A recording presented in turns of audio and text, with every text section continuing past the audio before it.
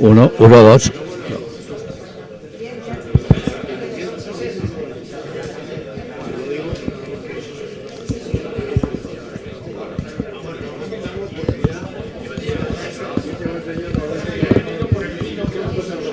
Es que no encuentro el botoncito clásico.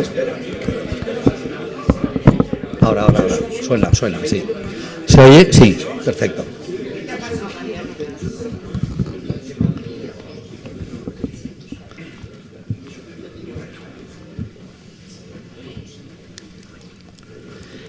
¿Vamos? Vale.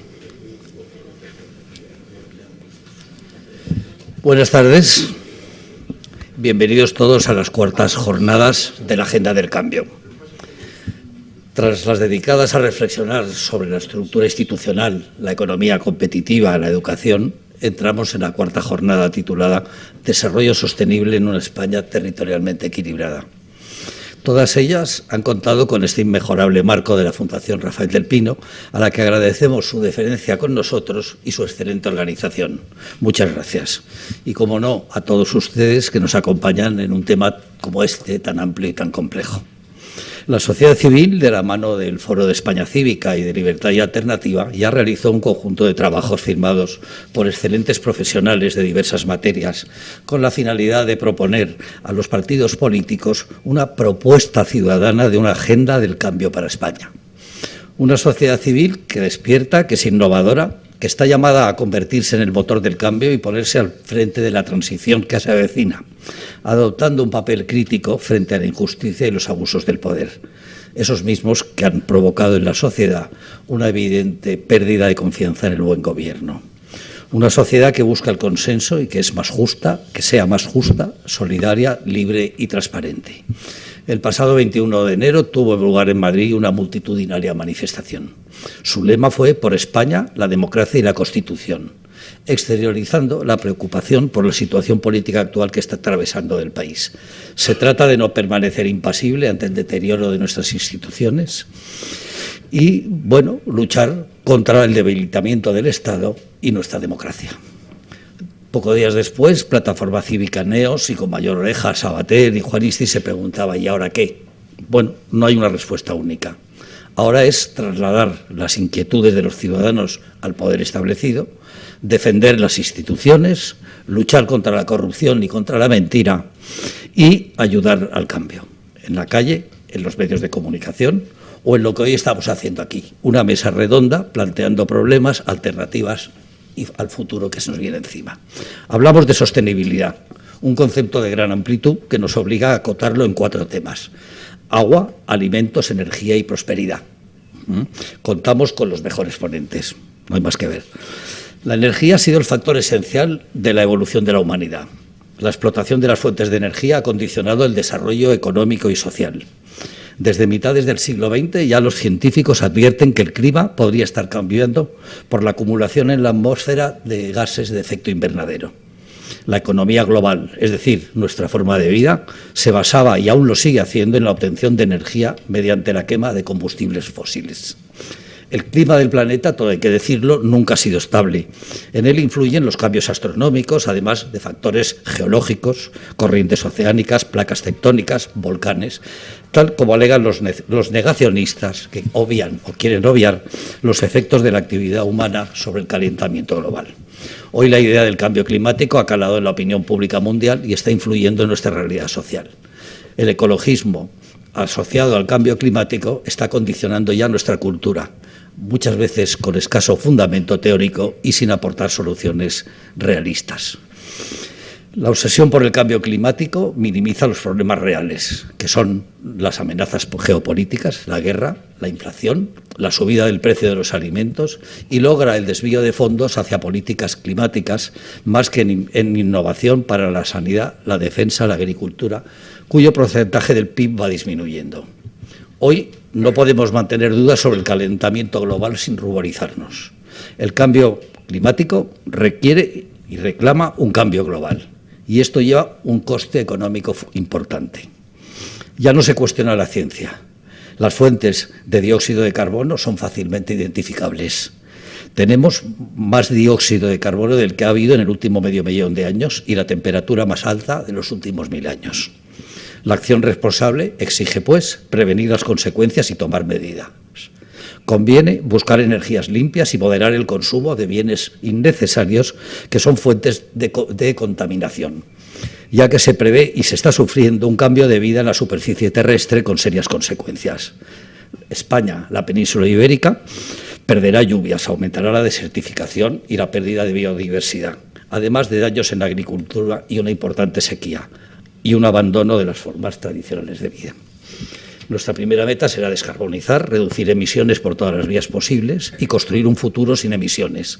Para aliviar las consecuencias negativas del cambio climático sobre nuestra economía, habrá que preparar adecuadamente la transición. Hemos gastado mucho en frenar el calentamiento, pero no en adaptarnos a él, mediante un cambio de modelo económico sustentado en fuentes alternativas de la energía. Hay que estimular un proceso de industrializador de mirada amplia, eliminando la inseguridad de los países en desarrollo, cuyas necesidades más urgentes no están satisfechas. Y vamos todos en el mismo barco. Determinación y realismo en un mundo en mutación. Habrá que encontrar consenso y actuar de forma integrada. Sobre la realidad que vivimos en España nos hablará sin duda Luis. La cuestión de la transición ecológica tiene efectos importantísimos en lo que es la geoestrategia mundial. China controla y aspira a controlar la mayor parte de los componentes de las energías renovables, al igual que los materiales, el litio, el cobalto y las tierras raras. Estados Unidos ahora realiza una aportación enorme de fondos, 370.000 millones de dólares con México, dirigida a las energías renovables, a los coches eléctricos y a la nuclear. En Europa la seguridad del suministro está en manos de los Estados miembros, que ellos son los Estados los que deciden el mix nacional, mientras que la sostenibilidad está en manos de Bruselas. Ana nos hará ver con absoluta claridad y el saber que siempre la acompañan la especial incidencia de nuestra situación energética interior y el papel que desempeñamos en Europa y a su tiempo de Europa en el mundo. La ciencia y la tecnología van trabajando en soluciones. La energía nuclear de fusión empieza a contar ya con un compromiso firme. El hidrógeno descarbonizado, verde, azul, rosa, de diferentes colores, está consensuado, pues tiene que desempeñar el papel del petróleo en el siglo XIX. Y el plan industrial del Pacto Verde de la Presidencia de la Comunidad Europea procurará ayudas y subvenciones que todos esperamos. Pero debemos de jugar con realismo nuestras cartas. No podemos sustituir el 80% del consumo de energía proveniente de combustibles fósiles sin contar con la captura y almacenamiento del CO2. No se puede obviar la importancia de la crisis alimentaria y del agua, que reciben menos atención cuando su necesidad debería plantearse en condiciones iguales de la transición energética. De la contribución de la agricultura y la ganadería en España en la emisión de gases en invernadero, el consumo de agua y de la España rural, nos hablará un sabio vinculado a dicho sector, que es Eugenio. Como él apunta, en todo subyace el objetivo de lograr una España más cohesionada social y territorialmente. Lamentablemente, dice, la nueva PAC limita la producción de alimentos en lugar de apoyarla, obligando a los agricultores y ganaderos familiares al abandono para ser sustituidos por fondos de inversión multinacionales. El problema está en la deficiente o la inexistente gestión del territorio. No saber generar nuevos espacios para obtener ganancias y productividad y no crear los incentivos suficientes para invertir, atraer población y modernizar el marco institucional. Mientras Europa plantea la total sustitución de una energía por otra, India y China están encabezando la inversión en renovables porque quieren asegurar la prosperidad, compatibilizando diferentes energías renovables con no renovables. La prioridad es garantizar el suministro energético de sus ciudadanos. Cualquier política energética debe sustentarse en dos pilares: lucha contra el cambio climático y prosperidad. Caminar hacia una transición climática justa y democrática con realismo, consenso y unas fuertes dosis de pragmatismo. La Unión Europea en su conjunto, pero sobre todo los países bálticos y alemanes, tendrían que recuperar una buena parte de su soberanía energética y productiva y debilitar la actual dependencia estratégica de la Rusia de Putin y de las autocracias productoras de combustibles fósiles. Y nada más. Ahora les dejo con Pablo Segovia, quien moderará la mesa. Es licenciado en Ciencias Físicas y doctor por la Escuela Técnica Superior de Ingeniería de Minas y ha ocupado puestos gerenciales en empresas del sector energético. Es coordinador del Comité de Energía, Medio Ambiente y Sostenibilidad del Foro Libertad y Alternativa. Muchas gracias.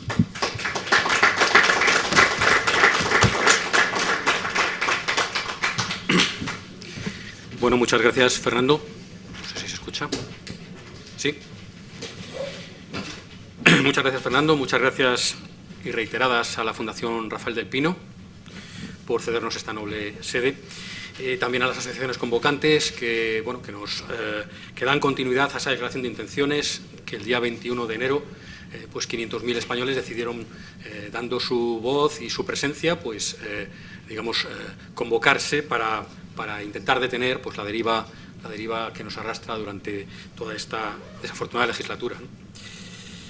Bueno, mi papel aquí es simplemente de traer el menor tiempo posible al ilustre panel que tenemos y, por tanto, voy a hacer las dos funciones que me han sido encomendadas de la manera más eficaz posible, o al menos voy a intentarlo. La primera es la más sencilla y además la más agradable de todas, que es la de dar la bienvenida y presentar a nuestros ponentes.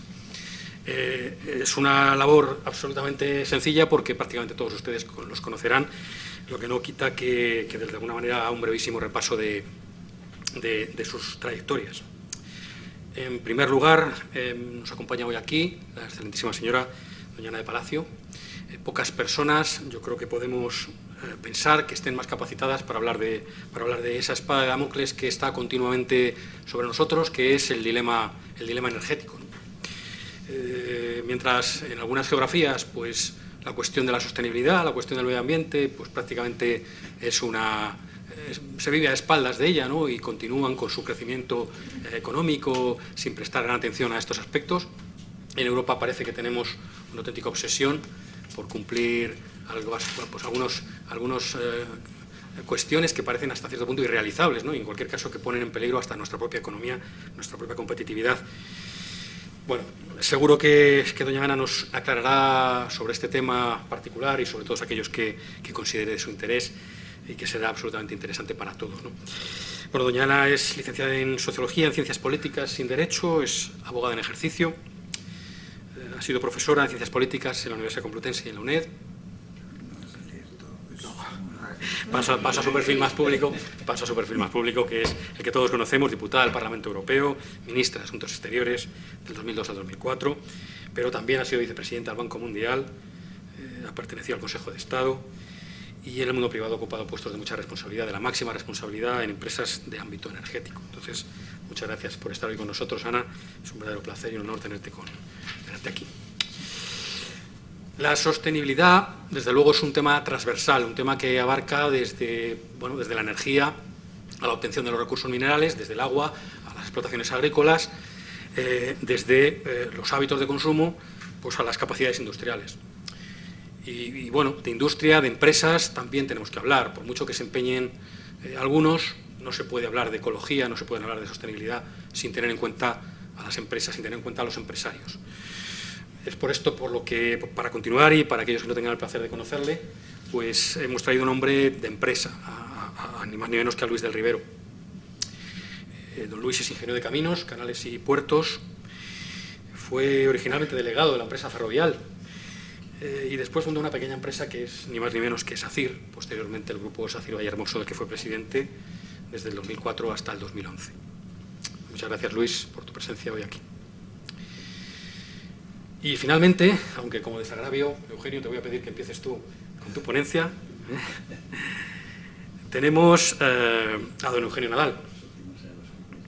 Ahora que todos hablamos de sequía, o como dicen por ahí, de estrés hídrico, pues hace falta tener voces expertas, voces que sepan del problema del agua en España de primera mano y que tengan también pues, modelos de uso razonables y argumentados. Cuando escuchen el currículum de Eugenio Nadal, pues van a saber por qué está hoy aquí con nosotros. En fin, yo creo que esta es un poco la ponencia que hay que escuchar si uno quiere hablar de agua si uno quiere saber sobre agua, el problema del agua en España. Don Eugenio es ingeniero agrónomo por la Universidad Politécnica, profesor también de la misma escuela, asesor del Ministerio de Agricultura y de la Dirección General de Agricultura de la Generalitat de Cataluña, presidente de la Confederación Hidrográfica del Ebro, consejero de Economía y Hacienda de Aragón. Ha publicado diversidad de libros técnicos y de artículos en revistas especializadas sobre el tema del agua y actualmente pues, se dedica dentro del ámbito privado pues, como empresario agrario y en la Secretaría Técnica de la Cámara Agraria de Huesca. Por tanto, bueno, todos querríamos estar así de jubilados, todos querríamos estar así. Bien, por tanto, una voz más que autorizada para echar un poco de luz sobre ese tema que tanto nos preocupa desde siempre, pero ahora más que nunca, un tema que décadas y décadas seguimos sin resolver y que ahí sigue, ¿no? El tema del agua en España. También, por tanto, Eugenio, muy agradecido de que estés aquí. Y decía que tenía una segunda tarea, que esta es más ingrata y es más, en fin, me va a costar un poquito más, que es controlar los tiempos, ¿no? Esa es la segunda y la difícil. Entonces, bueno, yo sí que pido a los ponentes que me lo dejen, que me lo pongan muy fácil. Tenemos reservada la sala solamente, y digo solamente, hasta las 8:30, 9 menos cuarto, yo creo que como un favor especial. Por tanto, les pediré que mantengan un poco los tiempos en torno a esos 15-20 minutos, que espero que sean no más de 20 minutos, y que me disculpen si en todo caso pues les hago un amable recordatorio en algún momento. Pues bueno, nada más. Yo creo que ya, Eugenio, pasarte la palabra, y como el tema es inabarcable y quedará tanto por decir, pues espero que al final, con ese tiempecito que vayamos ganando, ustedes también, pues alguna pregunta que quieran comentar, pues dé tiempo para hacerlas. Lo dejamos para el final. Pues Eugenio, cuando quieras.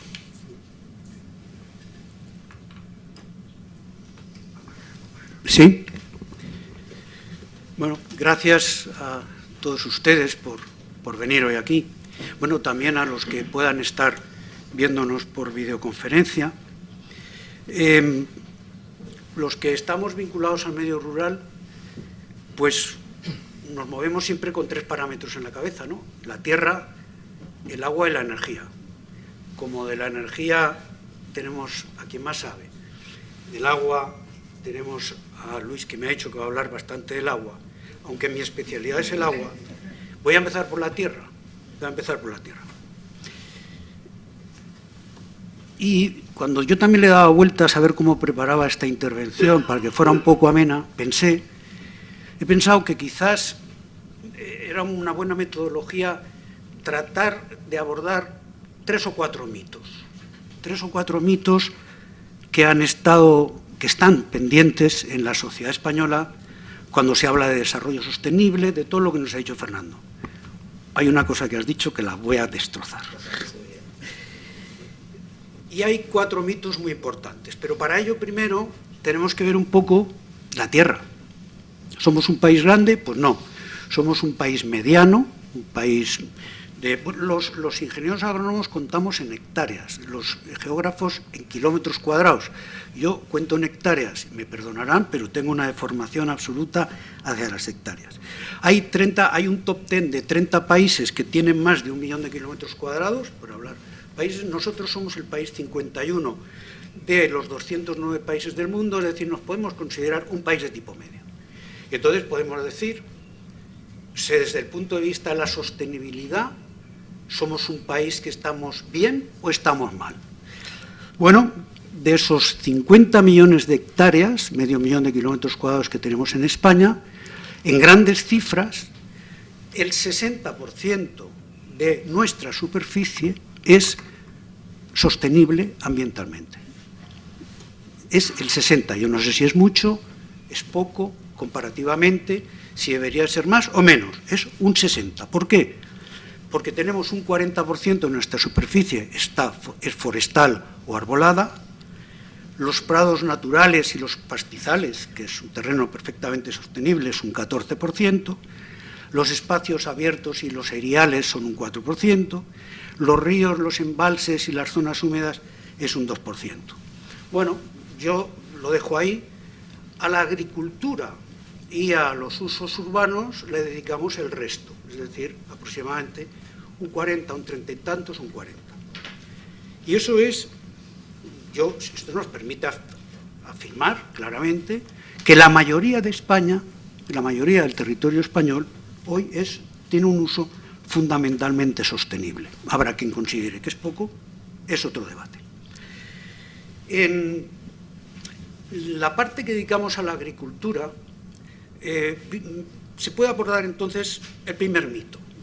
A mí, cuando iba al colegio, me dijeron que España era un país eminentemente agrícola, y durante mucho tiempo me lo creí, hasta que estudié la carrera de ingeniero agrónomo. Y entonces me di cuenta que lo que pasaba en España es que nos dedicábamos fundamentalmente a la agricultura porque no teníamos otra cosa que hacer.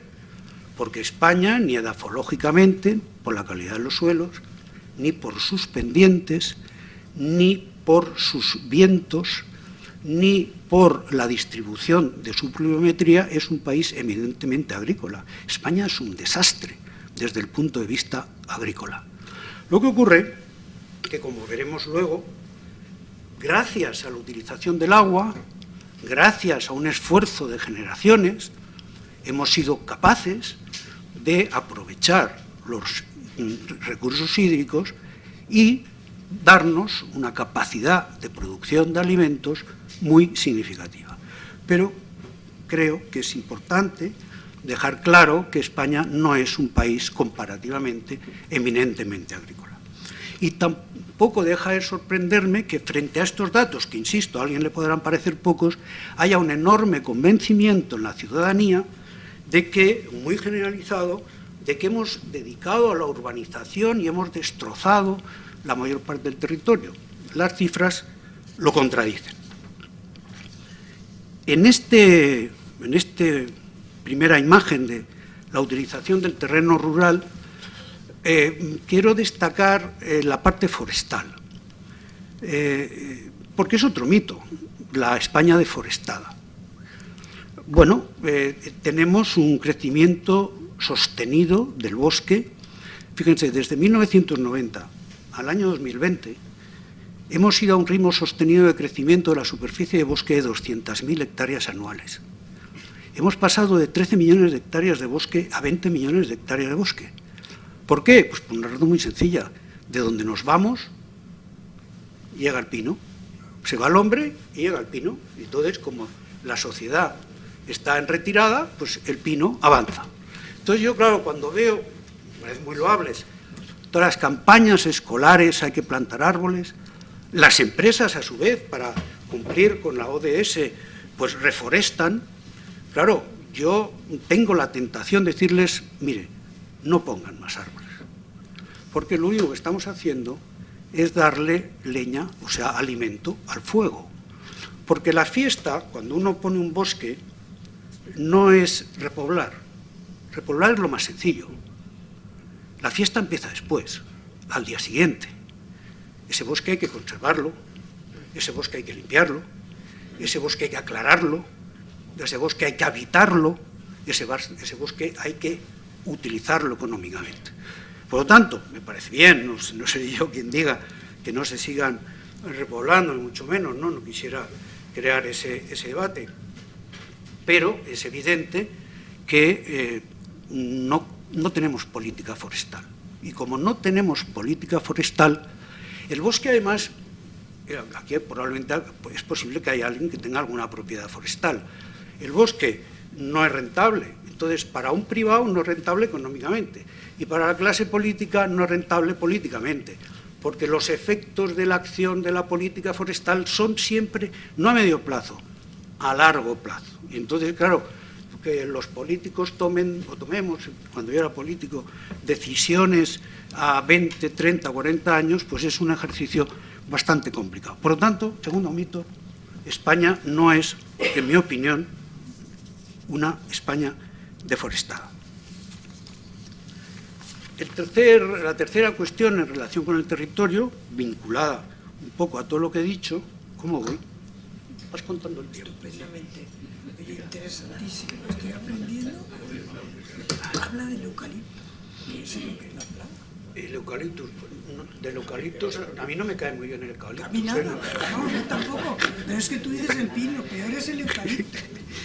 Está invadiendo por todas partes. Entonces, tercer mito, el de la desertización. Cuando he distribuido un poco las superficies, es verdad que tenemos unos 2 millones de hectáreas que son espacios abiertos y eriales que están posiblemente sujetos a un proceso grave de erosión y de desertización. Entonces, el problema es que cuando hablamos de desertización, una cosa es si hablamos de la desertización humana, es decir, la desaparición de la especie humana de una parte muy importante del territorio, sobre todo peninsular, y otra cosa es si hablamos de la desertización, que es lo que de que el suelo se convierta en un desierto, ¿no?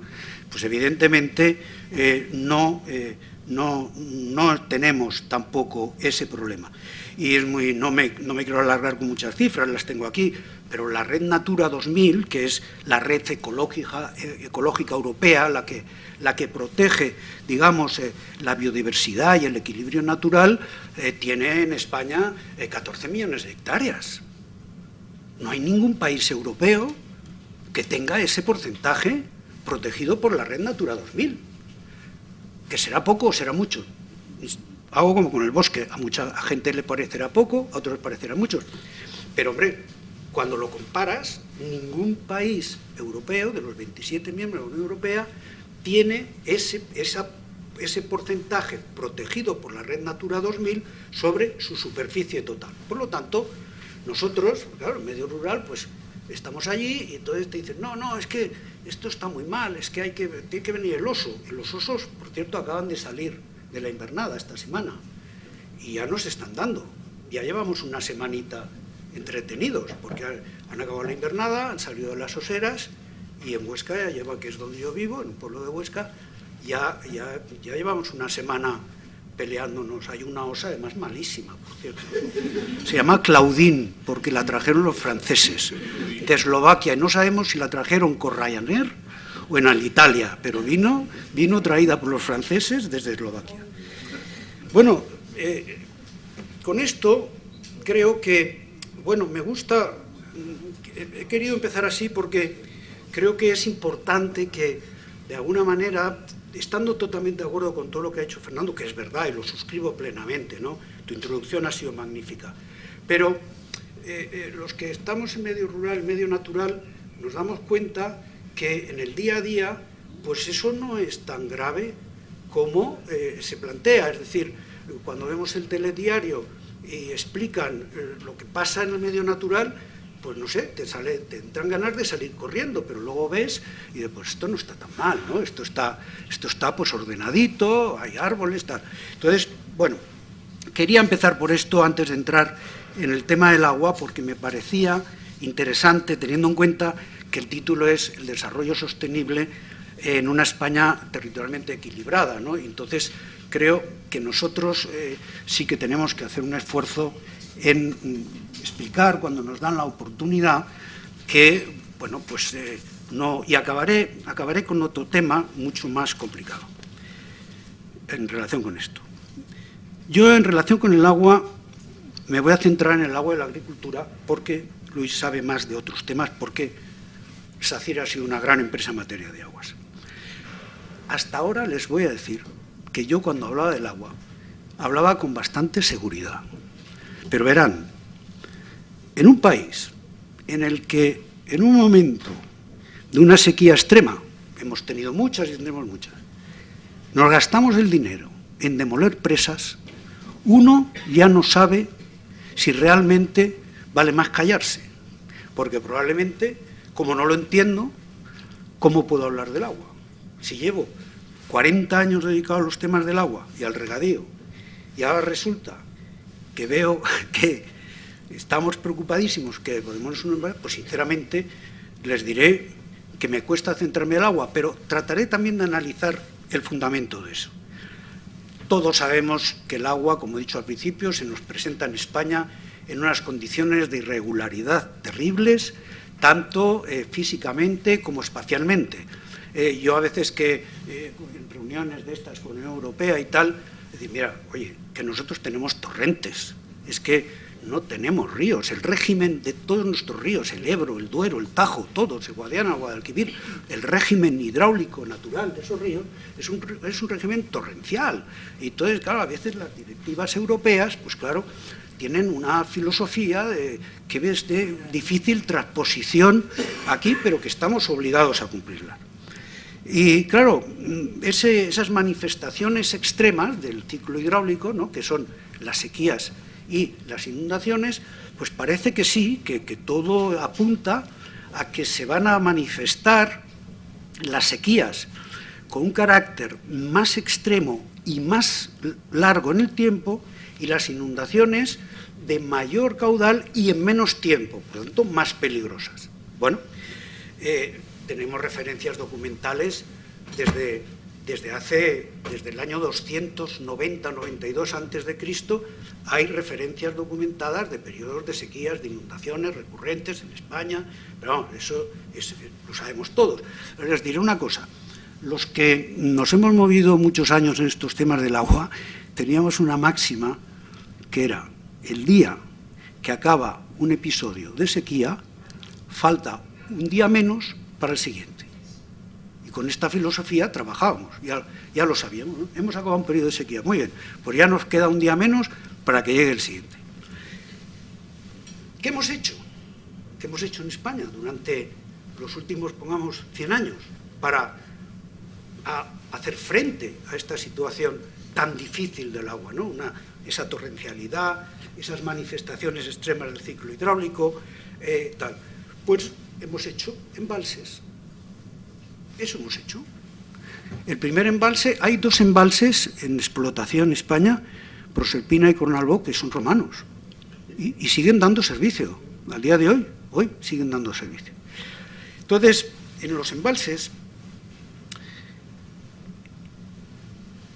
me centro un poco en los embalses porque están de moda, no porque los quieren demoler. Sin embargo, vamos, nosotros hemos hecho muchas cosas, ¿no?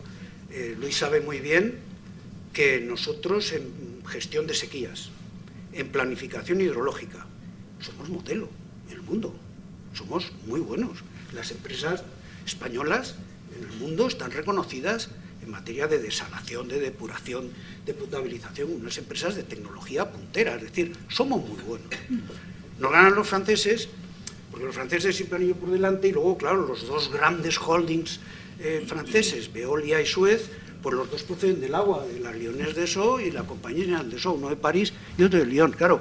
Y cuando vas a un Congreso Mundial de Aguas, todos están pagados por los franceses. Es decir, han puesto mucho dinero para significarse como los mejores en el agua en el mundo.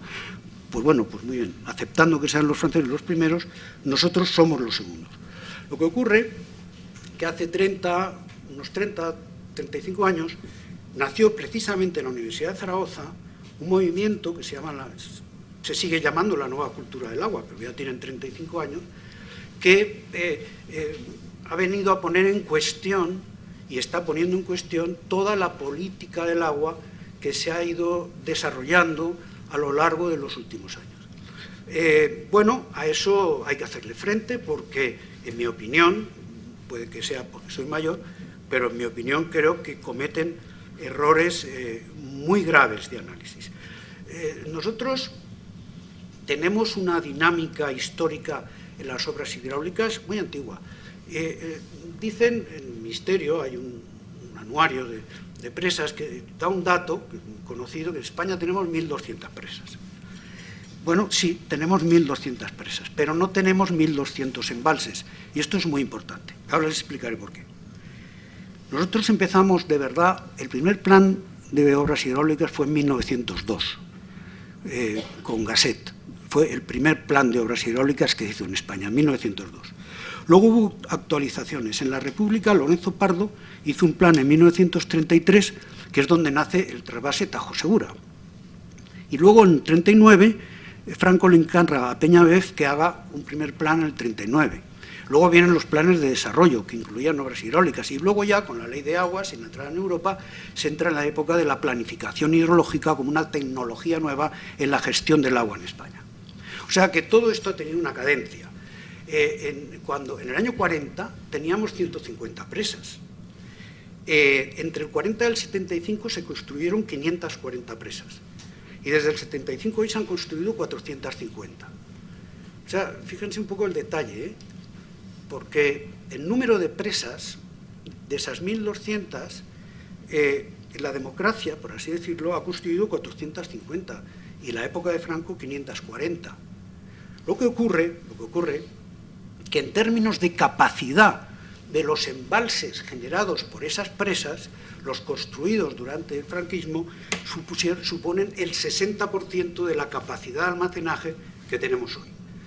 Pero la democracia ha seguido construyendo presas, lo que pasa que como las cerradas más buenas ya estaban ocupadas, lo que nos pasa cuando llegamos a un río y Luis no sabe muy bien hacer una presa, si ya las mejores cerradas ya se han ocupado, pues las siguientes cerradas pues ya tiene, y luego ya en el propio régimen de regulación del río añades menos regulación. Por lo tanto, es verdad que durante el franquismo se hicieron muchas presas, pero no nos confundamos, se han hecho presas en toda la historia de España y en la democracia ha hecho muchas presas. ¿Por qué digo que hay que poner un poco en cuestión lo de las 1.200 presas? Por varias razones. Los ingenieros del Ministerio, pues en aras a sacar pecho, y tenemos 1.200 presas. Lo que puse que sí es verdad que hay 1.200 diques, pero hay muchas presas, muchos embalses, perdón, que para poder cerrarlos hacen falta más de una presa, más de un dique. Es decir, que para hacer un embalse hace falta 3, 4, hasta 5 diques. Y cuando hablamos de presas contamos los 5 diques, pero es un solo embalse. Luego hay depósitos, balsas pequeñas que por la altura del dique se consideran grandes presas, pero que no son capaces de almacenar ni siquiera un hectómetro cúbico. Por lo tanto, si cogemos ese listado, yo lo he hecho y te entretiene, es un poco pesado, pues resulta que llegas a la conclusión de que realmente tenemos 750 presas, de verdad, y que de esas, que sean grandes presas, con grandes embalses, comparativos en términos internacionales, tenemos 340, que está muy bien. Con esas presas que estamos haciendo, estamos almacenando unos 56.000, perdonen las cifras, pero 56.000 hectómetros cúbicos de agua. Y nosotros tenemos una aportación anual media de todos los ríos de 106.000, pasamos un poco de 100.000.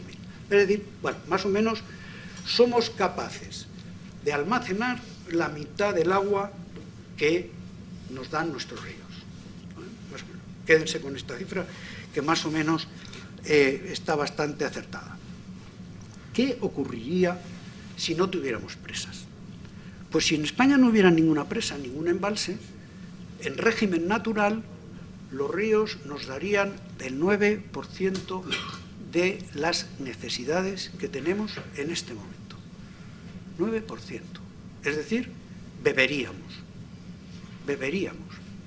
pero no tendríamos industria, no tendríamos agricultura, solo podríamos beber, porque eso es lo que los ríos en su régimen natural nos dan. Es verdad que están pasando algunas cosas que son ciertas, lo ha citado Fernando, el cambio climático, yo no sé si es eso, es probable que lo sea, es muy probable que lo sea. Pero en el Ebro, que es la cuenca que conozco mejor, hay un hecho cierto, dos hechos ciertos. Uno, que la aportación anual media, nosotros cuando hablamos de aportación anual media en régimen natural, quiere decir lo que el río Ebro llevaría al mar en un año medio, con la torrencialidad pues, que he dicho al principio. Cuando yo era presidente de la Confederación, trabajábamos con una aportación anual media de unos 18.000 hectómetros cúbicos al año. Ahora, el jefe de la Oficina de Planificación nos dice que trabajan con unos 16.000. Por lo tanto, es verdad que hemos tenido una reducción de aportaciones. ¿A qué se debe? Pues hay dos cuestiones importantes. Una, que la cota de nieve ha subido. En el Pirineo, en Navarra, en Huesca, en Lérida, la cota de nieve ha subido. La cota media ha subido. Por lo tanto, como la nieve es el mejor embalse que tenemos. Y segundo, los bosques. Los bosques. El crecimiento de los bosques impide la escorrentía, o sea, limita la escorrentía superficial del agua, porque el bosque se come el agua, la incorpora. Y entonces tenemos menos escorrentía superficial debido a esa extensión del bosque. Hay un libro de un francés, Lucien Briet, que hizo un gran reportaje fotográfico en el año, hace unos 110 años. Y la Diputación Provincial de Huesca, al cabo de los 100 años, cogió a unos fotógrafos y les dijo que fueran a hacer las mismas fotos que había hecho Lucien Briet hacía 100 años. Y entonces es asombroso, porque hace 100 años el Pirineo era toda una piedra, estaba pelado, no había un árbol, porque la gente utilizaba la madera como energía. Y esos mismos sitios ahora el Pirineo está absolutamente ocupado por la vegetación, por los árboles y por los bosques. Por lo tanto, hay una realidad, estamos teniendo menos agua, es una realidad, y esto puede ser parte de lo que lo pueda explicar. ¿Qué hacemos con esa agua y con esos embalses y con esa agua que somos capaces de almacenar en mejores condiciones en función de cómo sea el año? Pues me voy a ceñir exclusivamente a la agricultura por una razón muy sencilla, porque la agricultura demanda el 80% del agua que almacenamos en los embalses y consume el 67%, porque esa diferencia entre el 67 y el 80 es los retornos que producen los propios regadíos. Por lo tanto, querámoslo o no, hay mucho que hablar de abastecimiento, saneamiento, desalación. Por cierto, la primera desaladora en España la hicimos en Lanzarote en el año 1964. Es decir, somos absolutamente pioneros en la desalación. No desalaban empezaban a desalar en Israel al mismo tiempo que nosotros en Lanzarote.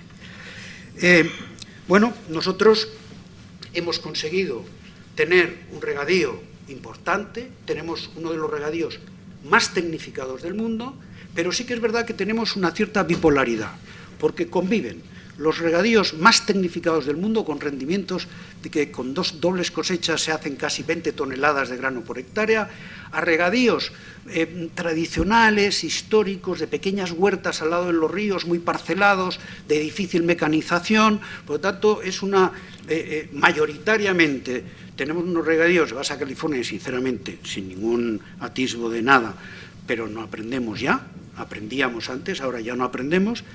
Y, sin embargo, tenemos también una parte de los regadíos. El regadío, con 3 y pico millones de hectáreas, más o menos de cada 4 hectáreas que labramos, de los 16 millones de hectáreas cultivables, una de cada 4 es de regadío, pero hacemos casi el 70% de la producción en esos 3,7 millones de hectáreas de regadío. Es decir, que si tuviéramos 5 millones de hectáreas de regadío, podíamos dejar de labrar el secano y dejarlo para más monte, pero no soy partidario. Los ecologistas ahora, apoyados además por Hugo Morán, por el secretario de Estado de Aguas, lo que están planteando es que hay que retirar 1 millón de hectáreas de regadío de España, que hemos de pasar de 3.700.000 a 2.700.000 y retirar 1 millón de hectáreas. ¿Me quedan 2 minutos? ¿Sí? Vale. Entonces, en todo este debate que les he querido ir planteando, quiero aprovechar, ya que vengo a la capital del reino, quiero explicar, yo vivo una dualidad tremenda entre ecologistas y agricultores y ganaderos, desde hace muchos años. A mí, por mi trabajo, me he llevado negociando con los amigos del buitre, con los defensores del oso, porque yo era el ingeniero de la Cámara Agraria de Huesca, y entonces pues estábamos permanentemente en debates y en negociaciones entre los ecologistas y los agricultores y los ganaderos. Quiero decirles una cosa, en 30 años vamos perdiendo por 10-0, porque siempre hemos cedido nosotros, Entre otras cosas, ¿saben por qué? Porque la administración, al final, siempre se ha puesto del lado de los ecologistas, siempre. Yo he presidido hasta hace 3 meses la mesa de diálogo del agua de Aragón. Estábamos 11 personas, yo era el presidente. Había ecologistas, agricultores, ganaderos, políticos. Ha sido muy tensa, ha sido muy difícil, ha sido a veces incluso dura. Y si al final conseguimos salir de allí salvando los muebles, fue porque al final Asaja, UAGA, UPA, es decir, las organizaciones agrarias, las comunidades de regantes, dijeron, bueno, mira, Nadal, Vamos a arreglarlo así porque si no, no salimos. Entonces, a nosotros, los agricultores, pues por los ecologistas, son vistos como empresarios contaminantes, cuyo único interés es el lucro a toda costa del expolio de los recursos naturales. Los ganaderos son irrespetuosos e irresponsables con los valores del espacio natural que ocupan. Y los ecologistas profesan una especie de culto imaginario, ¿no?, a la naturaleza salvaje, a los osos, los lobos, toda clase de fieras. O sea, es un mundo como que no es imaginario. Nosotros no lo entendemos, porque, vamos, pues si hemos de aguantar al oso, pues aguantaremos al oso, pero déjanos tener mastines para que los mastines puedan proteger al ganado. No, pero es que el mastín, entonces, si el oso hiere al mastín, tú te eres responsable porque tu perro ha sido maltratado. Digo, oiga, vamos a ver, espere usted un momento. Entonces, esta dualidad, teniendo en cuenta que la vida económica y social en el medio rural peninsular se concentra fundamentalmente en las zonas de regadío de levante, porque el regadío al final es el soporte del resto de la actividad. Cuando hay un canal y el canal lleva agua, pues ese canal, además de regar, permite que haya unos abastecimientos, permite que haya unas industrias, permite que haya unos campos de golf, permite que haya hoteles, etc. Y luego la vida rural la tenemos en el fondo de los grandes valles, de los grandes ríos interiores, el Ebro, el Duero, el Tajo, Guadiana, Guadalquivir. Esa es la realidad. Entonces, en esta lucha, en esta dualidad tremenda, creo que en una sesión como estas, pues yo tenía obligación de ponerlo en manifiesto, ¿no?, porque no lo pasamos bien. Y el sentimiento que hay cada día más arraigado es que lo vamos a perder.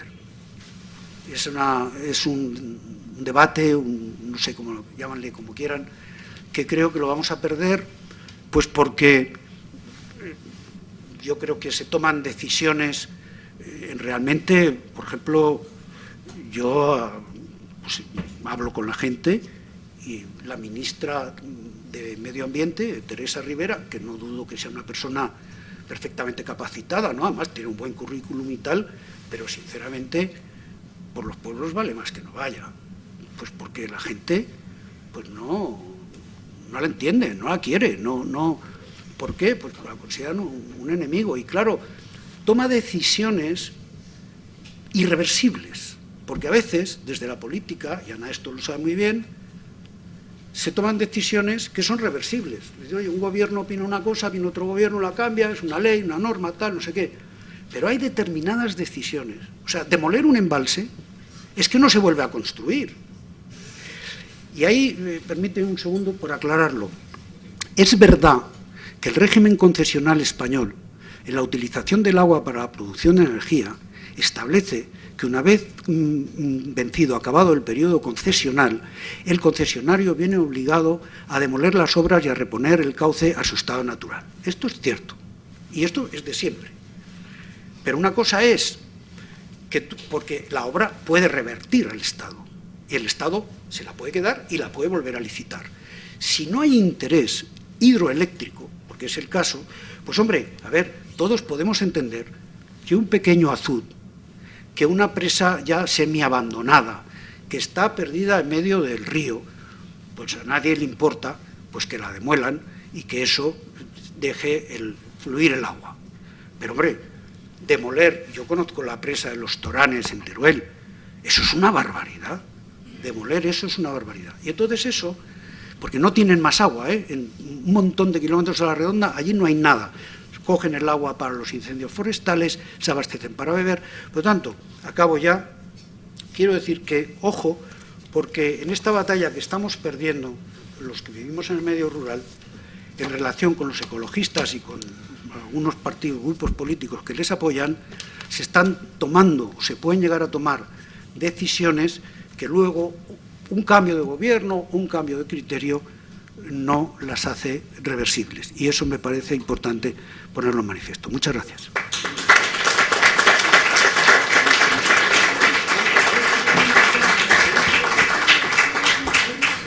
muchas gracias por tu presentación. Hay que decir que se ha extendido un poquito más de lo que... ¿Me ha pasado mucho? Bueno, un poquito. Muy bien. Pero en todo caso, muchas gracias por toda la información que has aportado, por los datos y también por la reflexión, un tanto desesperanzadora, pero bueno, luego seguro que en el turno de preguntas podemos comentar. Luis, te cedo la palabra. Yo lo primero que quiero decir es agradecer a Libertad y haberme invitado y luego sobre todo pues estar en esta casa que para mí es donde yo inicié mi vida profesional. Estuve 2 años antes fuera, pero yo trabajé desde 1974 hasta 1987, es decir, desde los 25 hasta los 37 años que fundé SACIR, que entonces quiere decir que es Sociedad Anónima de Caminos y Regadíos, por lo cual está detallada. Porque ya entonces yo era... Bueno, si lo hace así no se oye, estamos haciendo streaming y de pie mal. Si se lo pone de pie, pues está, por favor. Tienes el pasador aquí para la presentación. Sí, bueno, pues encima además hablo bastante abajo, por lo cual... Bien, entonces esta casa pues yo le debo mi formación, no a esta casa, la Fundación esta Libertad y tal, ¿no? Sino a la Fundación, sino a Del Pino, Entonces esos años además son muy importantes en la vida profesional de una persona y por lo tanto pues estoy encantado de estar aquí.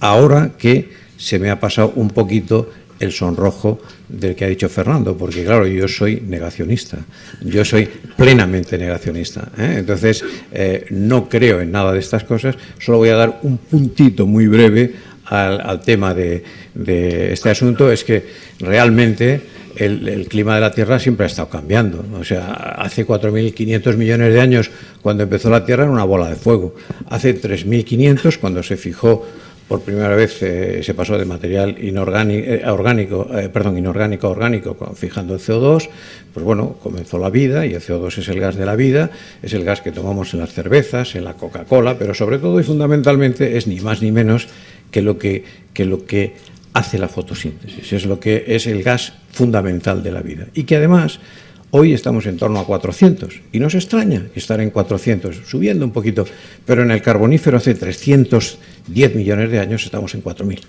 ¿Y qué pasaba en el Carbonífero? Que entonces había la vida era muy potente porque había 4.000 partes por millón de CO2. Yo que soy un agricultor, porque yo en esta vida pues lo que he sido ha sido un hombre de acción, o sea, yo soy ingeniero y tal, pero yo soy un hombre de acción que ha fundado una sociedad como SACIR, que ha trabajado es verdad que debo mi aprendizaje a esta casa, ¿no? Pero una sociedad que de la nada ha trabajado en los 5 continentes, que ha hecho las mayores desaladoras del mundo en Perth, en Australia, la mayor en Israel, en Perth, la mayor de electrodiálisis, que es la real desalación, en fin, toda una serie de cuestiones y luego pues también soy realmente el primer citricultor de España, ¿no? O sea, ya soy un hombre de acción, ¿no? Y luego pues también en los temas de energía, pues yo he sido 6 años vicepresidente de Repsol, pero no era vicepresidente de Repsol porque me nombraban ahí unos fulanitos, ¿no? Yo era el primer accionista del primer accionista de Repsol. O sea, no es que pasaba por allí y me nombraban, ¿no? Sino que yo era realmente el primer accionista, ¿no? O sea, es una cosa distinta, ¿no? Porque son 2 mundos diferentes. Bueno, entonces, una vez que se me ha pasado el sonrojo y qué tal, pues voy a decir claramente, ese carbonífero es lo que nos dio, si se hubiera puesto el nombre 30 años después, se hubiera llamado petrolífero, porque es lo que, dada esa profusión de CO2 que había, pues los árboles tenían 25 metros de diámetro, tenían 250 metros de altura, las libélulas 70 centímetros de porte, en fin, etcétera, toda una serie de cosas. Pero es que además en el Devónico, 600 millones de años hace, pues aún la proporción de CO2 era de 6.000. ¿Y de dónde venía? Pues venía de que la Tierra siempre ha cambiado por la temperatura, por los ciclos de Milankovitch. Milankovitch era un sabio serbio que en 1920 explicó los cambios de la Tierra con los cambios de la temperatura de la Tierra con 3 movimientos. Uno primero es la órbita, es una elipse, la Tierra gira alrededor del Sol, es una elipse, casi una circunferencia de 150 millones de kilómetros de radio y varía entre una elipse con 6 millones de kilómetros del radio mayor que el radio menor pero eso en 100.000 años pasa por una circunferencia perfecta y el radio menor pasa a ser mayor. Al mismo tiempo, el eje de inclinación de la Tierra varía de 21 a 24 grados, no es lo mismo que nos dé algo así de frente, que nos dé así, tal. Entonces eso cambia y eso tiene 43.000 años de ciclo. Y luego al mismo tiempo ese giro tiene un bamboleo que tiene 23.000 años de tal, y con lo cual con eso se explican tal cómo se comprueba en las perforaciones en la Antártida con métodos isotópicos, que no voy a entrar ahora en el tema, pero el agua, o sea, se perforan y se obtienen burbujas de aire y se ve el CO2 que había en cada momento en tal, y se analiza además la temperatura que se tenía en función de la cantidad de isótopo oxígeno 18 que hay sobre la fórmula del agua, H2O, pero el oxígeno el isótopo normal del oxígeno es el 16, pero en función de que haya más 18, pues quiere decir que había más temperatura y se evaporaba más. Porque el almacén normal, no es el hombre, el almacén normal del CO2 son los océanos, que es lo único que había en el Carbonífero y en el Devónico, y ahora los océanos sí. Entonces, cuando uno calienta una Coca-Cola, sale el CO2. Ese CO2, cuando se calienta por los ciclos de Milankovitch, sale más CO2 y eso nos da más vida. Hasta que llegó un sabio, que era Al Gore, un gran, o sea, comparable con Milankovitch, o sea, en los temas de conocimiento. O sea, nada más y nada menos que comparable con el señor Milankovitch. O sea, entonces, que se ha demostrado y se ha comprobado. Ahora, lo que pasa es que las religiones son siempre muy potentes y, desde luego, en la vida, o sea, nosotros ahora mismo estamos ante una nueva religión y nosotros hemos vivido nuestra religión, la religión en Bizancio. Había grandes discusiones sobre si los ángeles, los arcángeles, los serafines, los querubines, las dominaciones, las potestades tenían 2, 4 o 6 alas y se mataban incluso por esos temas. O sea, todo eso era muy importante. Es como ahora. Bueno, pues bien. Entonces, y dicho eso, voy a ir a toda máquina. Porque dicho estas cosas que son tal, es que, claro, uno se tiene que bajar el rubor de que un negacionista se dirija al público en general. ¿Por qué? No, es muy respetable, pero ¿por qué puede haber negacionistas? Cuando uno es libre y es independiente y no depende de la nómina de la universidad que te pague, o de la nómina del periódico que te pague, o de la nómina de tal. A mí me da igual. Yo digo lo que pienso. Y lo que pienso es que yo ya sabía quién era Milankovitch antes de que Al Gore pasara al mundo científico. O sea, entonces, pues bien. O sea, ahora, resulta que luego también en este tema, pues se me había dicho que nuestro amado presidente dijo, habla tú del agua. Yo, como soy muy bien ordenadito, pues digo, bueno, pues de lo que me mande don Alejo, que va eso tal. Y entonces me preparé unas cosillas del agua. Luego me he encontrado con que a lo mejor le habían dicho lo mismo a Eugenio. Que, por cierto, es muy bueno que haya dos formas de ver las cosas, pero no tan diferentes. Porque Eugenio, que yo lo conozco desde hace mucho tiempo, ha demostrado que también es un hombre valiente. Porque siendo expresidente de una confederación del Ebro con el gobierno del Partido Socialista en ese momento, ha dicho verdades que son muy difíciles de mantener y ha dicho cosas muy importantes. Ha dicho cómo él tenía, recuerda que de unas aportaciones de 18.000 hectómetros y ahora unas aportaciones en torno a 16.000. Y ha dado la razón. ¿Por la qué? Por las fotos del francés. Es decir, las fotos de los Pirineos, cómo eran y cómo son ahora. Entonces, pues es verdad que la escorrentía es menor. Pero eso no quiere decir que el agua no esté ahí. El agua es la misma, el agua sí que... Porque los datos que tenemos de la AEMET, en los últimos 48 años que tenemos datos, la media sigue siendo la misma, 635 milímetros de lluvia. Lo diga, yo, claro, como no necesito, no soy meteorólogo del gobierno y tal, pues digo lo que hay, los números, o sea, porque yo soy partidario de Lord Kelvin, que es todo lo que no sea un número, no me lo creo. Yo solo creo en los números. O sea, bien, entonces, dicho esto, como había preparado aquí unas cositas tal, y como yo a las 8:30 tengo una cena inaplazable, voy a ir a lo que se llama, no voy a decir como dicen en mi tierra, porque queda un poco feo, pero tal. Bien, entonces voy a ver una cosita aquí. Vamos a ver. Voy a decir cuáles son las aportaciones de los ríos de España. Pues los ríos de España, como muy bien ha dicho Eugenio, dice, están en torno a 106.000, tal, ¿no? Entonces, hay una cosa que es fácil. Si llueve 638 milímetros, España tiene 500.000 kilómetros cuadrados, pues llueven 300.000 hectómetros. De esos 300.000 hectómetros, 100.000 van a los ríos y el resto, que son muchos, 200.000, se evaporan o se infiltran. Se infiltran quiere decir que van también al mar o alimentar acuíferos que terminan generalmente en el mar y tal. Y bueno, pues entonces, salvo que estén en una cuenca endorreica que salen arriba y nos encontramos tal, pero normalmente van también al mar con el tiempo. Entonces, nosotros si utilizamos los datos de 1918, ese año fueron 111.000 hectómetros cúbicos. Si utilizamos los datos del cambio climático con un 4,5% de disminución de tal, pues son 104, o con otra hipótesis del 3,8 son 103. Bueno, Eugenio decía 106, estamos hablando, en estos números estamos hablando de lo mismo. O sea, luego, de esos ríos, ¿cómo son tal? El Duero tiene 13.000 hectómetros cúbicos de aportaciones. El Tajo, 10.800, el Guadiana, 5.400, el Guadalquivir, 8.600, el Segura 803, y ahí vemos cómo el Ebro coincide con las cifras que muy bien dice Eugenio, porque son así. Bien, entonces, ahora nos vamos a ver en qué consumimos el agua. Porque hay algunas cosas que no estoy de acuerdo con Eugenio, y quiero romper mitos, como él ha roto mitos muy bien rotos, pero yo aún le quedan algunos mitos, yo voy a rompérselos. O sea, entonces, aquí vemos, estos son los usos y demandas actuales según los planos hidrológicos de los diferentes ríos. Vamos a ver, por ejemplo, el Duero. El Duero, me interesa fundamentalmente la penúltima columna.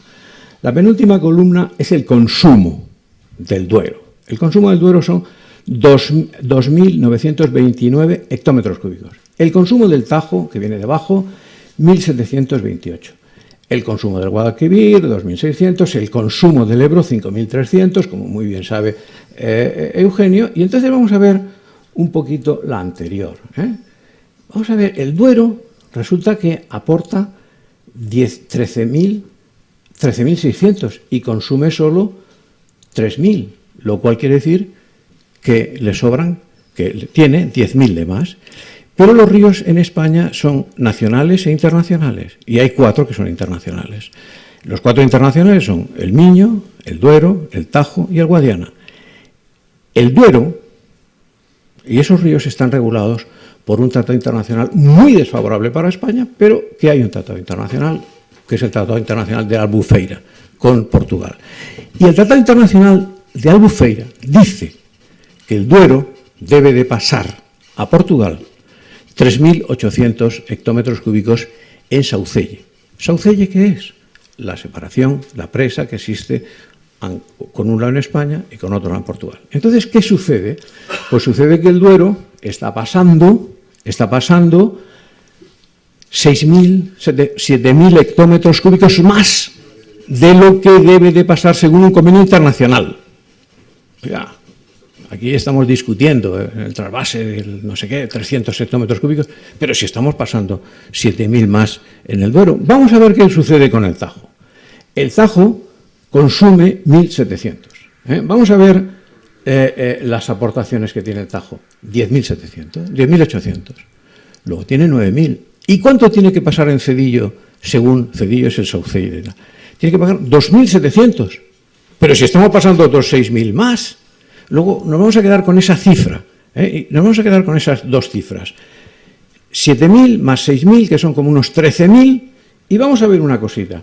Vamos a ir ahora a esta cifra. Esto es del Plan Verde de Europa, la Europa Verde, que por supuesto está hecho por los señores que ha dicho Eugenio, de la nueva cultura del agua, en lo cual están poniendo las aportaciones lo menos que pueden, que son una columna, están poniendo no ponen los consumos, sino las demandas futuras de las concesiones, que son entonces, hay unas pequeñas diferencias que son mayores, y aquí sí que vamos a ver la cornisa cantábrica, las cantidades que tiene.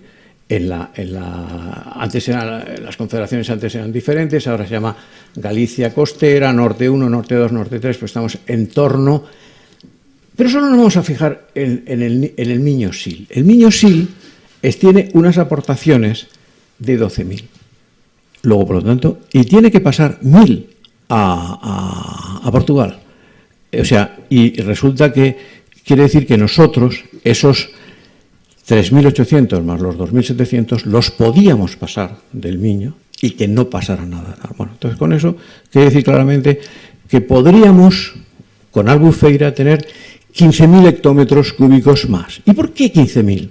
Pues yo voy a decir una cosa. Vamos a ver en qué se emplea el agua en España. El agua en España, aquí ya como ya no estábamos en España de las estadísticas únicas, ya estamos en las estadísticas de las comunidades autónomas, pues aquí en España, aquí resulta que esto es importante ver la superficie de riego que hay hoy en España. En Andalucía, 1.100.000 hectáreas. En Aragón, 408.000. En Castilla y León, 448. En Castilla-La Mancha, 553, etcétera. 3.777.000, que coinciden, como no podía ser de otra forma, con las que dice Eugenio. ¿Y cuánto gastamos en eso? Pues la última columna, gastamos 4.175 hectómetros. ¿Y cuánto gastamos en total? En Aragón, en tal, no sé qué, en España, 5.000, 15.000 hectómetros. Luego, entonces, hay una unidad, la unidad, el riego universal, el riego que se emplea en toda España, 15.000. El riego que se emplea en toda España. El riego que España está pasando a Portugal por encima de su trato internacional son 15.000. ¿Alguien ha oído hablar de eso? No. ¿Por qué no han oído hablar de eso? Eso sería otra cuestión, porque no han oído hablar. Yo se lo contaría, pero como tengo una cierta prisa, no se lo voy a contar. Pero tiene que ver con las eléctricas y con el control que tienen las eléctricas en los medios de comunicación, y tiene que ver con el... ¿Quién era ministra antes del agua en España, antes de esta loca? ¿Quién era? No, Tocino, no. No. ¿Tejerina? ¿Le suena Tejerina? ¿Dónde está Tejerina ahora? ¿Dónde está Tejerina? ¿Alguien lo sabe dónde está Tejerina? ¿No saben que es consejera de Iberdrola? Ah, bueno, bien, vale. O sea, entonces eso quiero que se quede en la cabecita, la unidad de 15.000 hectómetros cúbicos. Bueno, esos 15.000 son lo que se está pasando de Quiquí a Portugal, encima de que el convenio es realmente súper favorable a Portugal. O sea, bueno, porque todo el esfuerzo de regular los ríos se ha hecho en España y tal. Bueno, entonces, si ahora mismo nos vamos un momentito a lo que pasaba, si cogemos el Ebro, si cogemos el Júcar y cogemos el Guadalquivir, pues fácilmente se ve que lo mismo tenemos otros 15.000.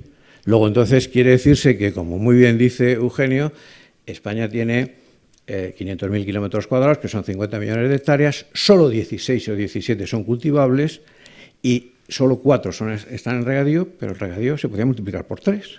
No estoy yo hablando de los regadíos de Murcia, yo soy de Murcia, no estoy hablando de los regadíos de Murcia, de Almería, no estoy hablando de los regadíos de España. ¿Por qué?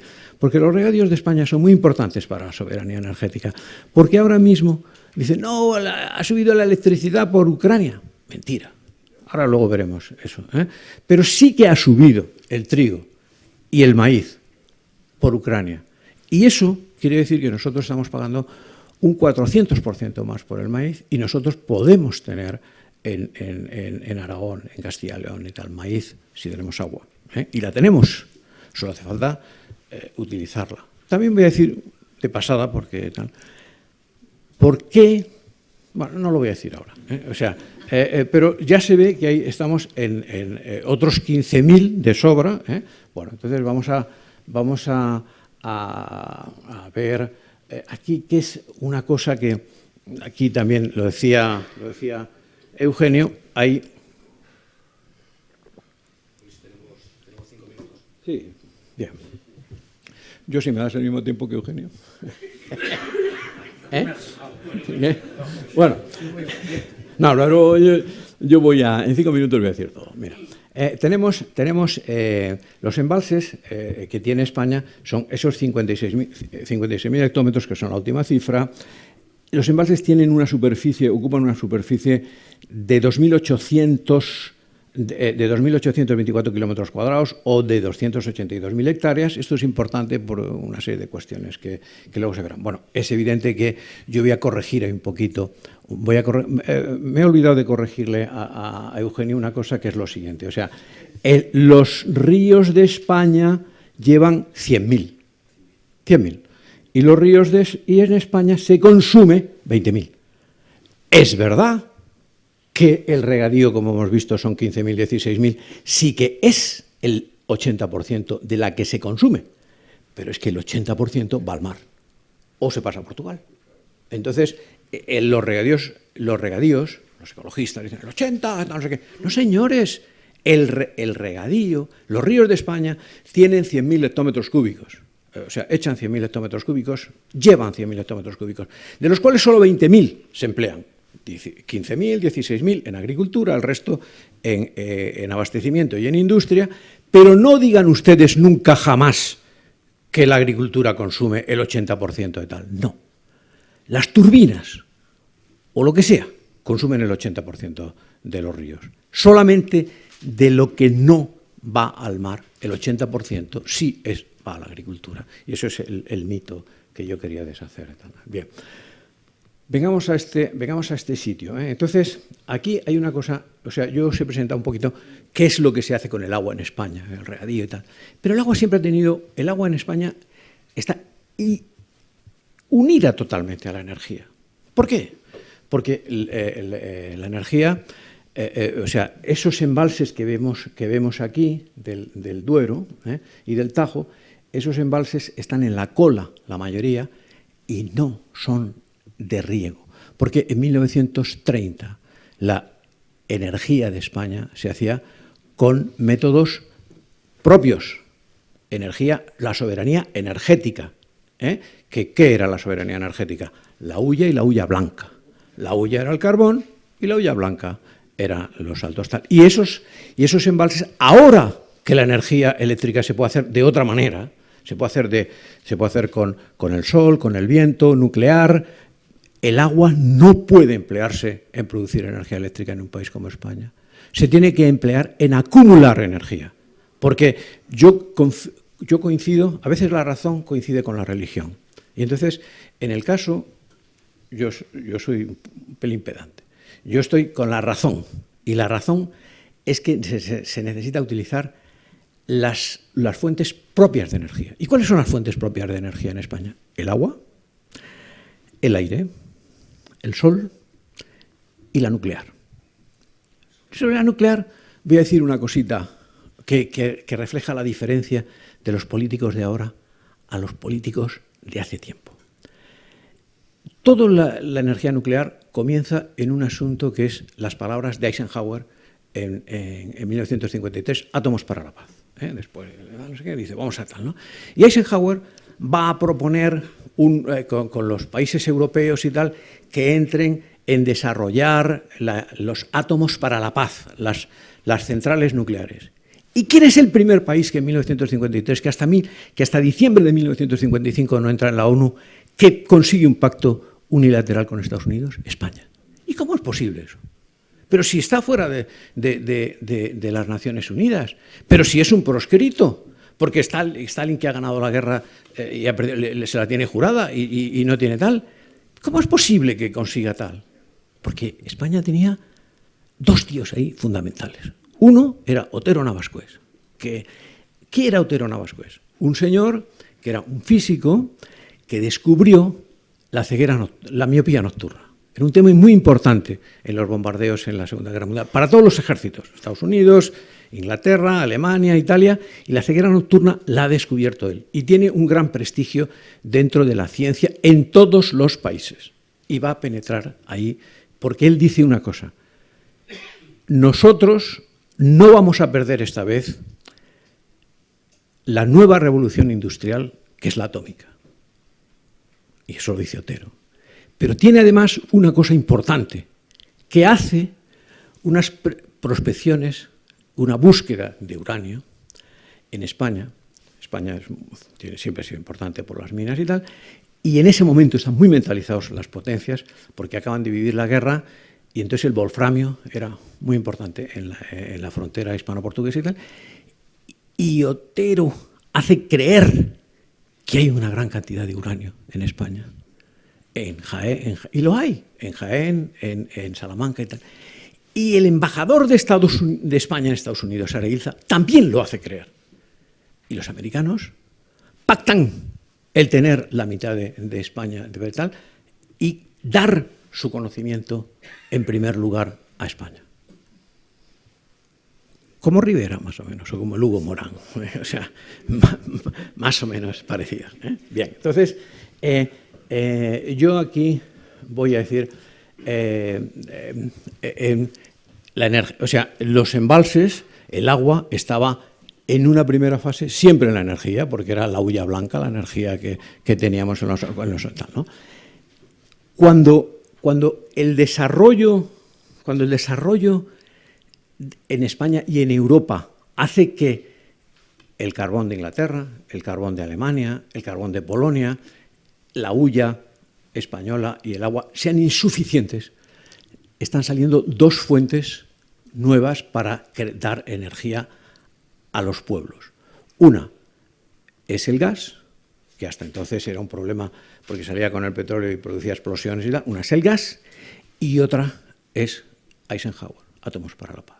Entonces, el Kremlin organiza unas cositas que dice: señores, nuclear no gracias, eso cuesta un dinerito, hay que pagar a una serie de señores, pues Isabel Schroeder, otros no sé qué, Greenpeace, no sé cuántos, y imponen el nuclear no gracias y tal, porque eso iba a acabar iba a competir con el gas que iba a venir. Si ahora nosotros nos vamos, pero sí que hay un plan importante de nuclear en España. Y entonces, ahí es el segundo apoyo del agua a la energía, es la acumulación. Las centrales nucleares, aquí está Paco Mier. Paco Mier fue el jefe de Garoña.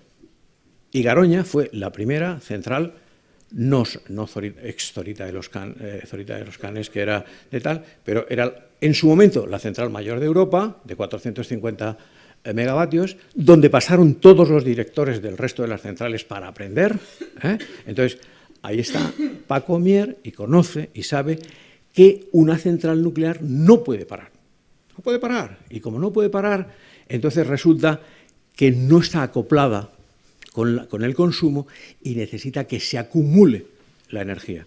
Y ahí están hoy llamaríamos las gigabaterías. Toda la vida hemos llamado centrales reversibles, que son la forma de acumular, hoy se dirá el hidrógeno verde, azul, amarillo, no sé cuántos. La forma de acumular la energía para los países es las centrales reversibles, que lo pueden tener España, Japón, Corea, lo tiene China, Estados Unidos y también. Entonces, las centrales reversibles en España en 1980 comienzan para acumular la energía que sobra en las centrales nucleares, sea Aguayo para Garoña, sea Cortes de Pallás para Cofrentes, y ese es el primer paso que sigue el agua con la energía. El segundo paso es que ahora han llegado estos señores y no sé cuántos y tal, y entonces dicen que hay que las energías renovables, no sé cuántos, pero a las energías renovables le pasa lo mismo, pero al contrario, pero el efecto es el mismo que la energía nuclear.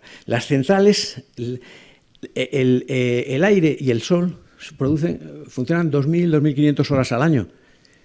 Entonces, ¿cómo se va a servir una cosa con eso? O sea, necesitan a alguien que... ¿Quién? El gas. ¿Pero qué pasa con el gas? Que te cogen en momentos de tensión, te sube un montón, pero en momentos de tensión máximo, pues te lo suben 30 veces. No un 30%, no, 30 veces.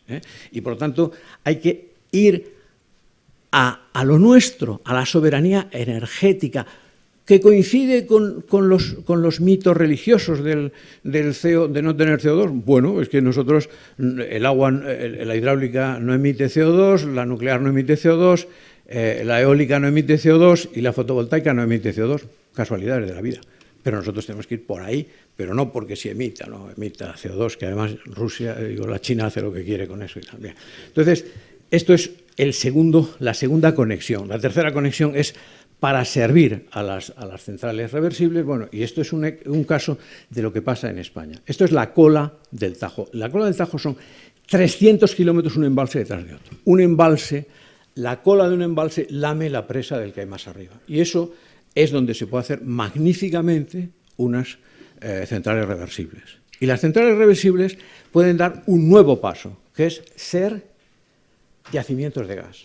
¿Qué es el gas? El gas es lo que nosotros apretamos para equilibrar el consumo con la producción. Pero si nosotros hemos tenido bombeos, incluso con placas solares, parte encima de los embalses, parte fuera, y hemos tenido como parte del coste estar bombeando al embalse de arriba, cuando en lugar de enchufar el ciclo combinado, enchufamos la turbinación y tenemos otra cosa que es muy importante, porque las centrales, la energía renovable no solo tiene unas horas de funcionamiento lejanas de las que son las años, sino que además la energía fotovoltaica produce energía en corriente continua y la eólica a frecuencias distintas. Sin embargo, y eso no es lo que se necesita, la red necesita estar a 50 hercios, ¿no? Entonces, sin embargo, si lo pasas por una reversible, pues va a 50 hercios, con lo mismo que también, ¿eh? Bien. Es interesantísimo lo que estás contando, pero vamos muy mal de tiempo. Nada, un segundo. Mira, un segundo. Esto es simplemente ver cómo en los años antes pues solo se empleaba el agua y el carbón, y entonces cómo ahora tenemos que ir a lo mismo, y entonces, pero nos encontramos con un PENIEC que es una bestialidad. Y entonces aquí pongo un momento el PENIEC, esto es el PENIEC, y entonces te está diciendo que para el año 30 tú vas a pasar de las nucleares, que es la penúltima fila de abajo, de 7.000 megas, de 7.400 a 3.000. Y la ministra quiere en el 35, menos mal que ya no estará, en el 35, parar todas. Oiga, usted, y si encima quiere además que los tres bloques que es la energía es electricidad, movilidad y calor, quiere encima que la electricidad avance y penetre en los otros sitios. Oiga, pues usted tiene que alargar la vida de todas las centrales que tiene, no paralizar Garoña y hacer 5 grupos más en la gente que está. Y luego además tiene que dejar, para no causarnos la ruina, tiene que dejar el ciclo combinado que lo mantiene en 27.000, tiene que poner de reversibles esos mismos 30.000. Y entonces de esa forma nosotros habremos adaptado a nuestras posibilidades. ¿Y qué pasa con eso? Con eso pasa que si nosotros multiplicamos por 3 el regadío, nosotros mejoramos 30.000 millones de euros la balanza de pagos. Si eliminamos el gas, nosotros mejoramos, este año el déficit ha sido 98.000 en la balanza de pagos final. Entonces eso lo podemos mejorar en unos 70.000-80.000. Por supuesto, si quitamos la ley del 21 de mayo de tal, que solo la han votado en contra otros negacionistas, porque tal. Entonces, ese tema, nosotros es preciso que España no tenga prohibido la prospección y exploración por fracking en Subijana, en Álava del gas, que tiene 1.300 BCM y España consume 36 BCM. Bueno, en fin. Entonces, esto quiere decir que eso nos puede llevar a 100.000 millones de euros de diferencia, de mejora de la balanza de pagos. Eso se traduce en impuestos de sociedades, etcétera y tal, en 50.000. Eso quiere decir que se traduce en posibilidad de mejorar o sea, las cuentas estatales y, por lo tanto, en una solución del país. Muy bien.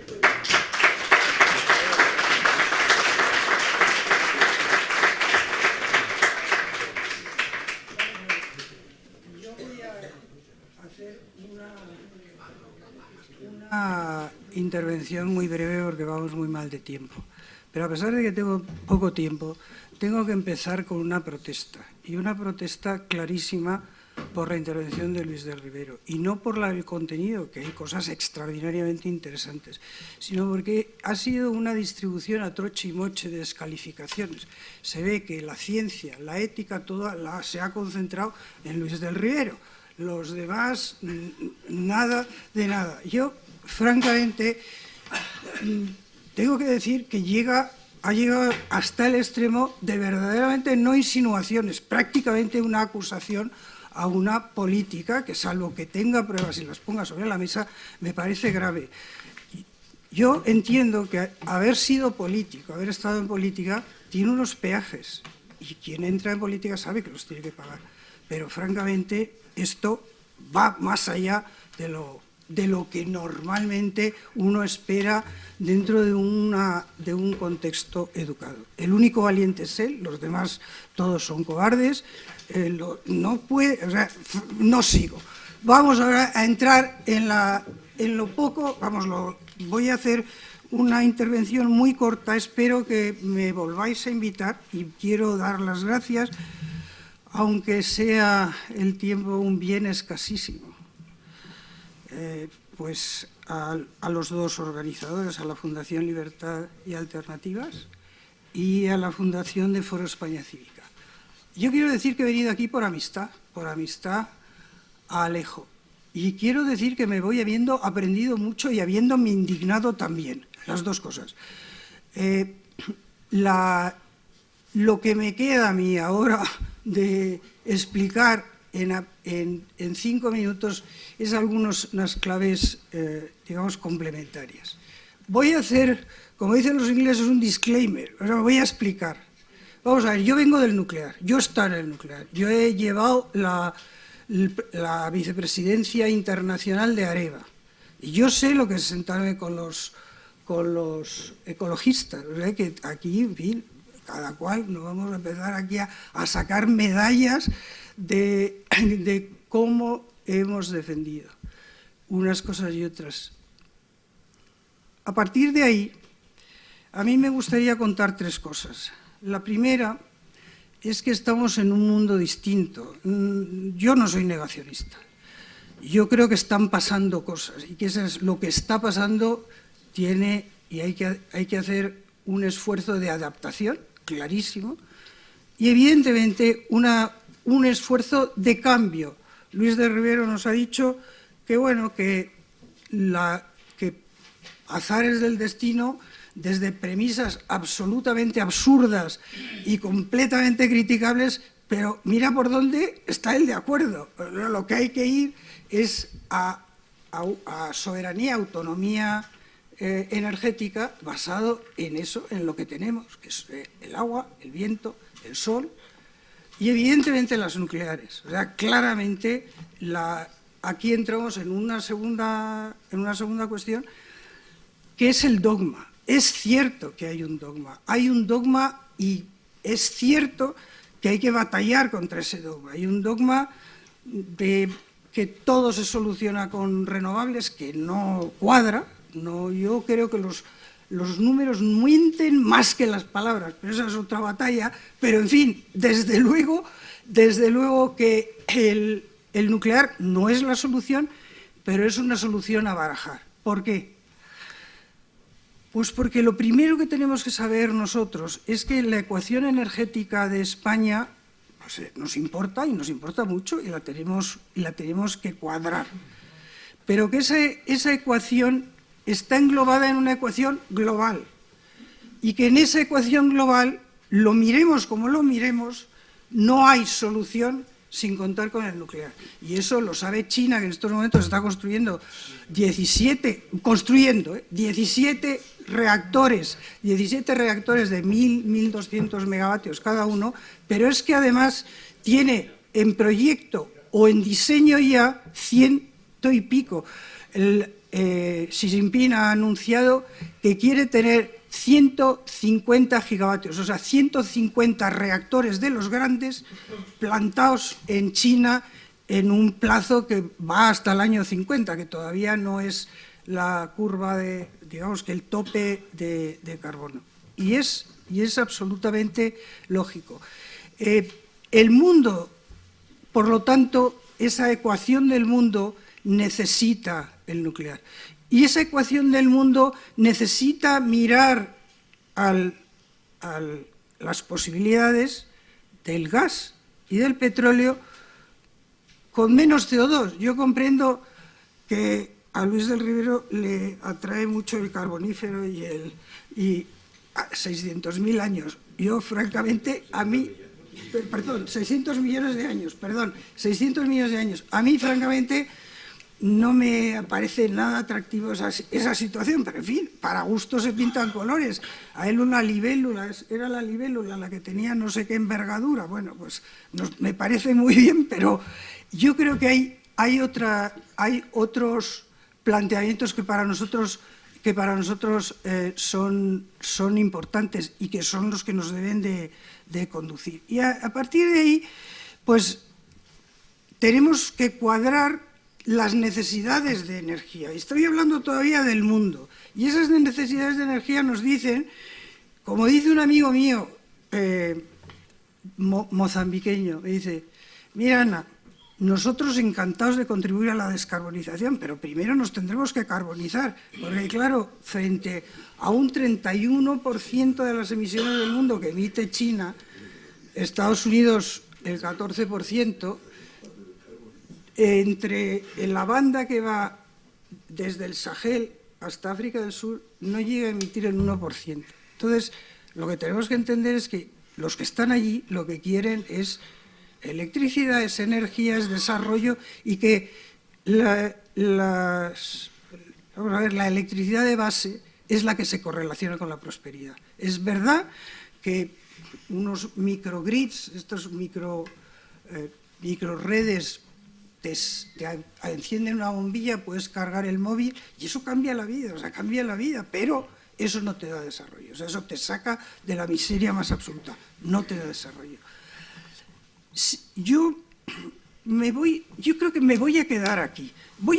Quería hablar yo de los tres ámbitos que son los de la ecuación de la energía en términos generales desde el punto de vista de un país, de España, de la Unión Europea también, que es la asequibilidad, la seguridad de suministro y luego lo que es la transformación energética hacia fuentes más autóctonas o más enraizadas y hacia fuentes que contaminan menos CO2. Pero yo sé que toda esta sala se convierte en una calabaza en aproximadamente 7 minutos y no querría decir nada más. Entonces, yo le propongo a Alejo y os propongo en general, también a Fernando, que hagáis otra sesión y hagáis una sesión que no sea tanto sobre agua, sino que sea más centrada en la energía, y yo vengo y digo,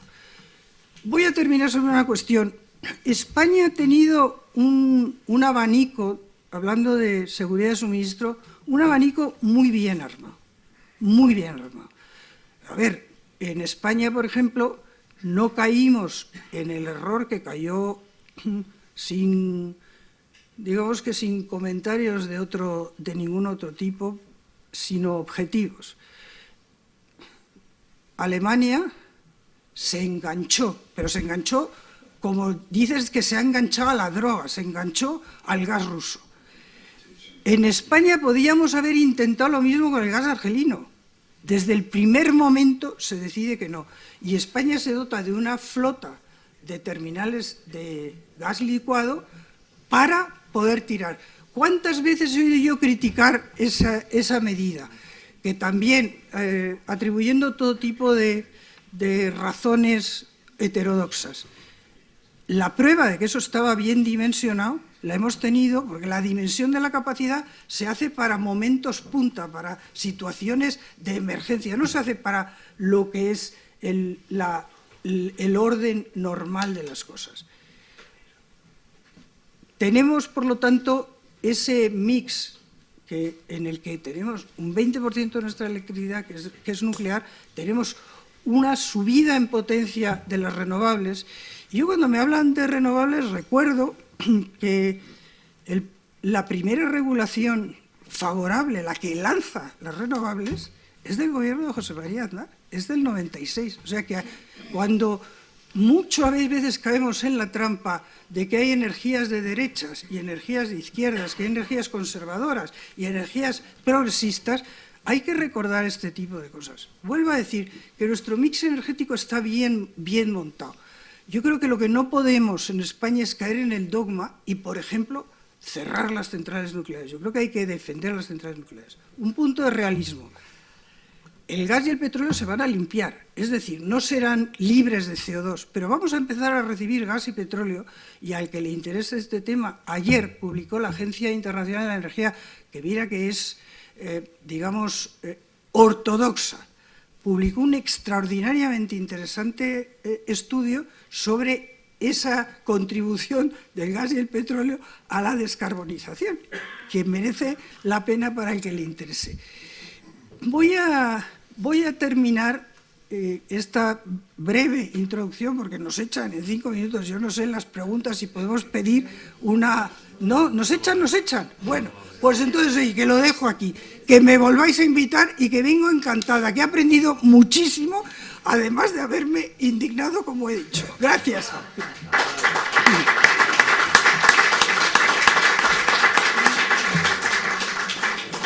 Oye, una por lo menos de testimonial, no una pregunta testimonial. Bueno, sí, yo creo que 5 minutitos sí nos quedan. Sí, pienso, hombre, sí, no, hasta menos cuarto, ¿no? ¿Nos echan ya? Ya. Nos echan. Bueno. Sí. Bueno, pues parece que... Bueno, es que hay varias preguntas, yo creo que hay varios brazos levantados. No, ni una, bueno.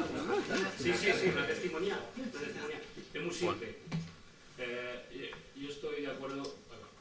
¿Ya? ¿Se oye? Sí.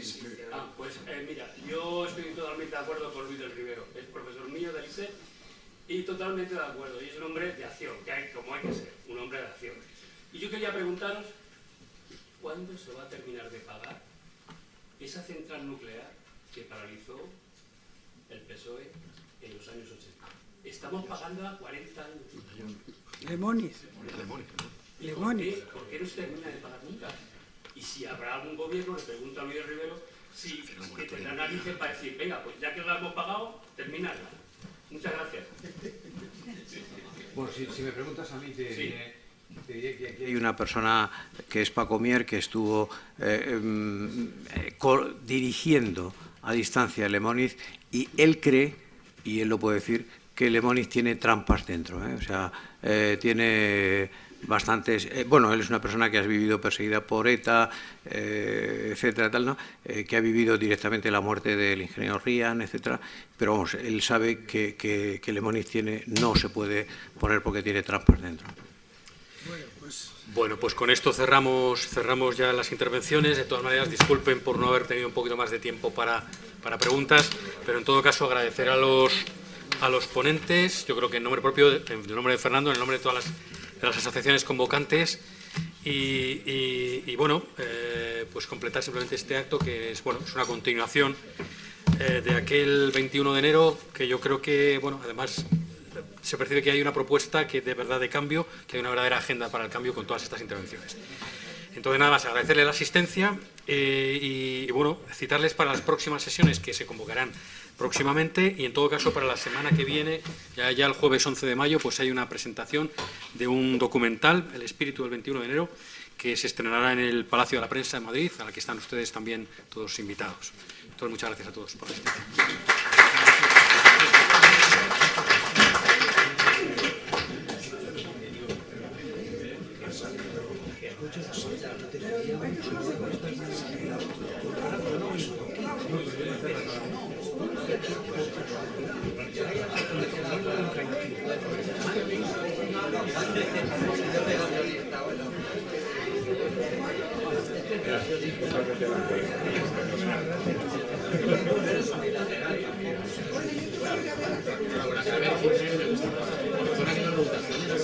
La persona que ha salvado más o menos, la segunda persona que dijiste era Juan Miguel. Yo tengo que